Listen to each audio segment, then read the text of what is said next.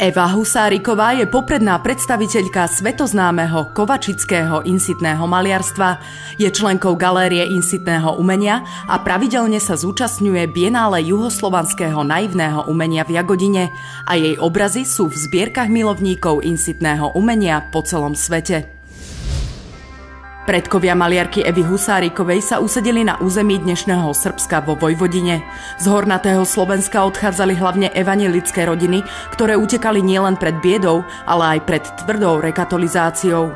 Ich odvaha, pracovitosť a viera premenili pustatinu Kovačica na úrodné lány obilia, kukurice či rozkvitnutých slnečníc.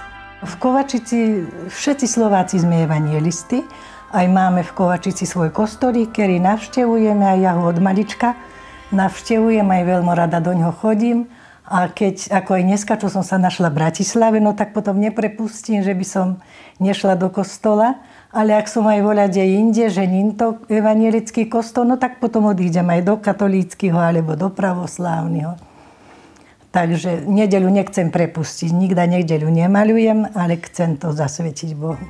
Život pani Evy Husárikovej sa od malička podriaďoval rodinným zásadám a zvyklostiam, ktoré ešte z dávnejších čias v Kovačici pretrvávajú. K rytmu dedinského života patrila pravidelná návšteva chrámu a každodenná modlitba. Detstvo, môžem povedať, že som mala veľmi takú peknú, ticho, spokojnú. Rodičia mi boli takí istopobožní, dobrí ľudia, takže som tak nikda voľaké vady v dome, lebo voľačo také, voľaké stresy nikda nemala, takže ďakujem Bohu za nich, že som naozaj detstvo peknú mala a pamätám sa na tie hry, čo sme sa hrávali. Náš dom rodičovský je ako cez cestu párku starého, tak v tom párku sme sa hrávali o šakové hry, o loptu, o skackal, o guligáše. Tak to mi utkvelo v pamäti. Maliarka Eva Husáriková vie čarovným dotykom štetca premeniť aj nekonečnú drinu na poli na krásu.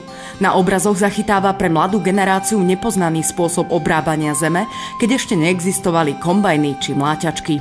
U nás veľa sa pestuje kukurica, cukrová repa, vinic sme mali doma, tak som chodila aj do vinici kopať s mamou. Mojou otcom mi bol zamestnaný, on bol ako mašinista. A s mamou sme chodili do vinici kopať, kukuric kopať, repu pretrhávať. Tak tie práce poľnohospodárske všetké sami známe.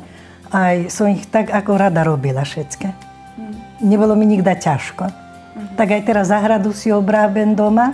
Sama, veď mi synovia vravia, že by som už to nahala, že mi je to nepotrebno, že si za seba troška aj kúpim a že čo sa s tým ako trápim.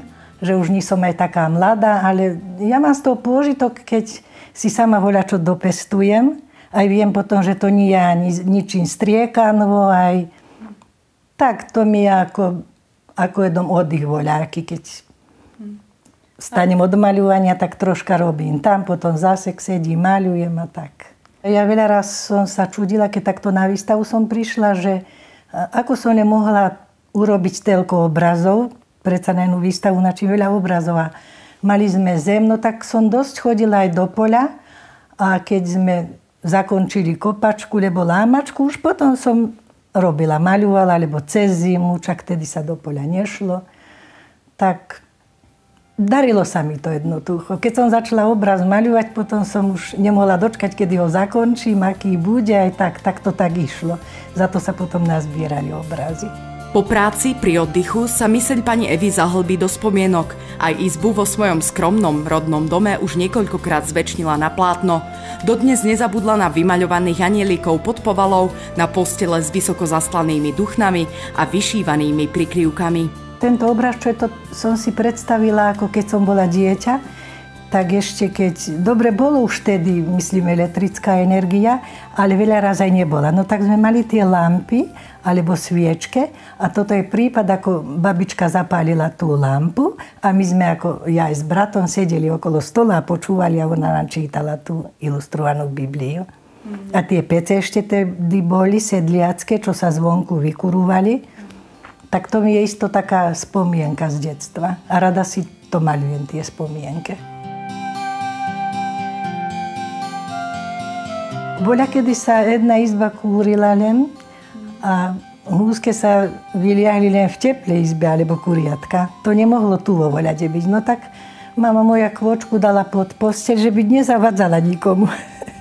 Aj tam mala pokoj, takže aj húske sa tam vyliahli, aj kuriatka v tej teplej izbe.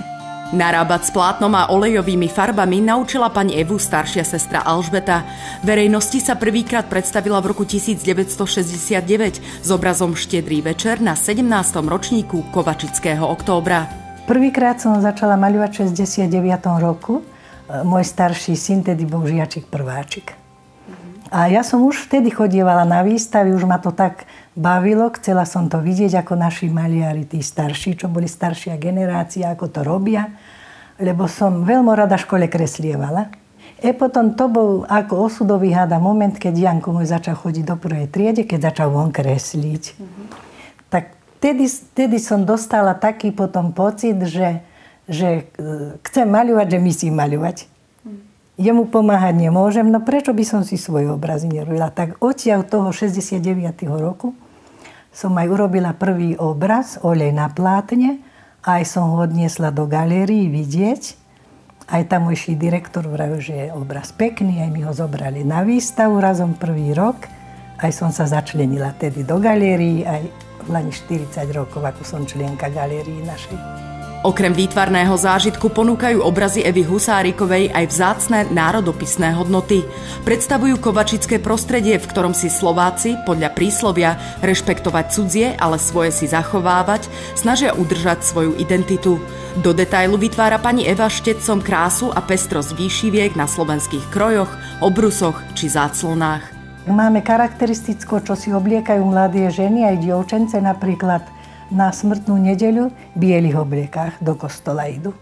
Kým staršie ženy už idú tmavých, ale mladé dievčence aj mladé ženy idú bielom, tak taký aj obraz mám na tú tému, sa volá Smrtná nedeľa, aj všetké bielom sa poobliekanie. Potom na kvetnú nedeľu isto je tradícia v Kovačici, tak obliekame si, to ešte si aj ja dodnes obliekam, čierny obliek a biele kvety. Aj potom šatka isto na hlave je čierna s bielýma kvetma. Takže to je tá tradícia naša. A na Veľký piatok čistom čiernom ideme do kostola. Čak aj oltár je čistom čiernom oblečený. Tak to je tá tradícia, ktorú, myslím, Kovačica si drží dodnes. No ja som dosiavač zostala verná kroju, aj budem to na veky nosiť. Páči sa mi. Páči sa mi ten náš kroj.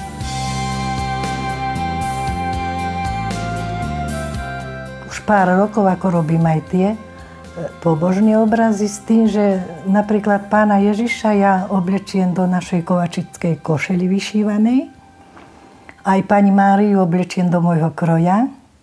A to som si tak vysvetlila, že rozmýšľala som veľa o tom, či to smiem tak urobiť, ale potom som si sama sebe tak ako na moju otázku aj odpoviedala, že vieme, že pán Ježiš sa za nás všetkých narodil, aj že je môj Boh, aj môj brat. Tak ak mi je brat, môžem mu dať moju košeľu. Tak odtiaľ ho maľujem košeli slovenskej, aj Jozefa isto maľujem tom kožuchu našom, lebo väčšinou ich dávam ako do týchto zínskych motívov. A maľovala som aj kvetnú nedeľu, ako pán Ježiš ide do Jeruzaléma, ako mu lúčajú ľudia kvety na cestu. A tam som urobila naše ženy, ako sa isto tak oblečenie v tých krojách čiernych s bielýma kvetmi, ako sa u nás chodí. Ako vyprávajú naši ľudia ako z Kovačici. K rukopisu Evy Husárikovej patria košaté jablone. Na jednej z nich rada v detstve sedávala. Je pre ňu symbolom rodinnej spolupatričnosti, ktorú ona sama pokladá za veľmi dôležitú. Na jej obrazoch sa v rohu skoro vždy krčí rozkvitnutý fialový bodliak. Pripomína nám, že svet nie je len krásny, ale aj boľavý. Už keď začne obraz, potom už chce vidieť, aký bude. Ja ho mám už pred očma, keď ho začína robiť, keď robím kresbu. Už ho vidím, aký bude, no ale predsa už ešte toto, keď maľujem, aj takým nezakončím. To hádam, mám tú lásku k tomu maľovaniu, tak to ma hádam drží. Že nikda nestratím chuť na to. Eva Husáriková je obdivuhodná žena. Maľuje bezprostredne, úprimne, nekomplikovane a s humorom. A taká je aj ona sama. A tak ako ona, aj jej obrazy v sebe ukrývajú veľké životné hodnoty.